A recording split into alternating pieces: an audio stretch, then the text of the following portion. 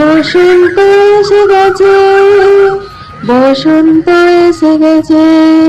বসন্তের ডাক কিন্তু কোকিল নিয়ে আসে, সাথে সজনে ফুল, পলাশ ফুল, আরো অনেক কিছু এরকম ফুল আছে যেগুলো বসন্তে ফোটে। আজ আমি তোমাদের সঙ্গে শেয়ার করব বসন্তের সেরা রেসিপি।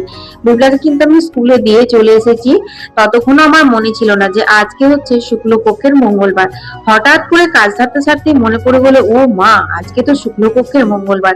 আগেরটাও ভুলে গেছিলাম, করা হয়নি। মাসে তো দুটি শুক্লপক্ষের মঙ্গলবার পড়ে। তো যাই হোক, ডিসিশন নিলাম না, আজকে যত ভালো রেসিপি আমি বানাই আমি কিন্তু মঙ্গলবারটা করব। কারণ যে ঠাকুরের মানে আশীর্বাদে আমার তোমাদের মতো বন্ধু পেয়েছি, আমার জীবনে এতটা উন্নতি হয়েছে, তাকে ফেলে দিয়ে অন্য কিছু না না না। তো দেখো, এখন আমি স্নান করে আর চলে এসেছি আমাদের মায়ের মন্দিরে মঙ্গলবারের পুজো দিতে। ভাতটা বসিয়ে দিয়ে গেছিলাম, এসেই দেখি কিন্তু ভাত হয়ে গেছে। ঝটপট করে ভাতটা নামিয়ে নিলাম। মা তো সকাল সকাল সবজি কেটে দিয়েছে, কিন্তু একটা জিনিস মা মিস করে দিয়েছিল। আমি যে রেসিপিটা বানাবো তাতে কিন্তু একটু বেগুন লাগবে। তো সেই বেগুন কাটতে গিয়ে দেখি বেগুনের ভেতরে পোকা। বন্ধুরা, বেগুনের পোকা খেলে কিন্তু মির্গি রোগ হয়, তাই বেগুন খুব ভালো করে দেখে শুনে কাটতে হয়।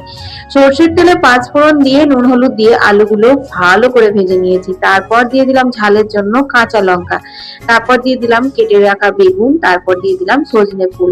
হ্যাঁ, সজনে ফুল কিন্তু বসন্তের সেরা একটি খাবার, খেতে যেমন মানে সুস্বাদু আর গন্ধ তেমনি। তো সজনে ফুল কিন্তু ভালো করে ধুয়ে নিতে হবে, কারণ সজনে ফুলে অনেক ছোট ছোট পোকা থাকে, সাথে মৌমাছিও থাকে, গন্ধ শুকতে যেও না আবার। তো যাই হোক, এর একটাই মশলা, সেটা হচ্ছে এই যে কালো সর্ষে। ভালো করে কালো সর্ষে বেটে নিলাম। তারপর এই দেখো, এখানে বেগুন থেকে ফুল থেকে যা জল বেরিয়েছে তাতেই সব সবজি সেদ্ধ হয়ে গেছে। তারপর কালো সর্ষে বাটা দিয়ে আবার একটু নাড়াচাড়া করে খানিকক্ষণের জন্য ঢেকে দিয়েছিলাম।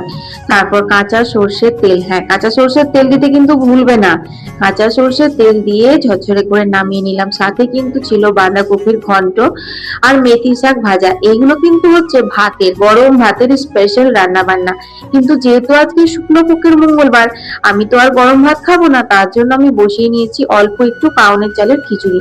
ভেবেছিলাম ডালিয়া করব, তারপর দেখলাম না, কাউনের চালই করে নি, তাড়াতাড়ি হবে। কিচ্ছু না, বাদাম মুগ ডাল দিয়েছি। তারপর বাগানে এলাম আর একটু কোকিলের গান শুনতে। আমার কোকিলের গান শুনতে ভীষণ ভালো লাগে। এদিকে লালি কালি এই যে কি করছে দেখো। চলো, আমার শাক রান্না সমস্ত হয়ে গেছে, আমি এখন বুবলাকে স্কুল থেকে নিয়ে আসি, তারপর খাওয়া দাওয়ার পালা। আর তোমাদের মিনি ব্লগটা কেমন লাগলো সেটা জানানোর পালা। সবাই ভালো থেকো, টাটা।